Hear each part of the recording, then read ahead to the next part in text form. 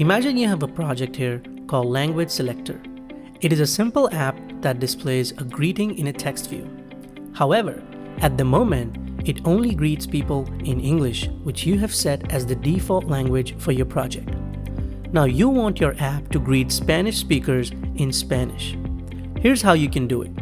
First, make sure that you are on the Android view in your Project Explorer if you're following along. Now, go ahead and right-click on Values, New, Values Resource File. Now type the name as strings.xml. Click on Locale as an available qualifier, and then these two arrows. Now go ahead and select any language here for a second and start typing the language that you would like to target. For us, it's Spanish.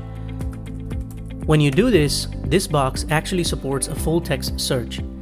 Click on Spanish, and now for simplicity, click on any region for now.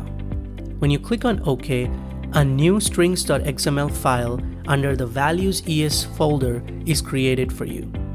If you want to verify that a new folder was also created, you can actually go ahead and change this to Project, and then see here that a Values ES folder with the new strings.xml file was created. Now go ahead and copy the original string that you had into that file and paste it. Once you do that, you're now able to add a translation for this string. For example, I want to say, Hola Mundo. That's it.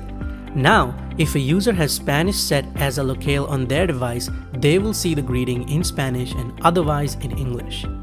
If you would like to test how the Spanish version of your text looks like, Android Studio can also help you with that. Open the layout file. In the design pane, click on the languages option and it will show you all the languages that your app actually supports.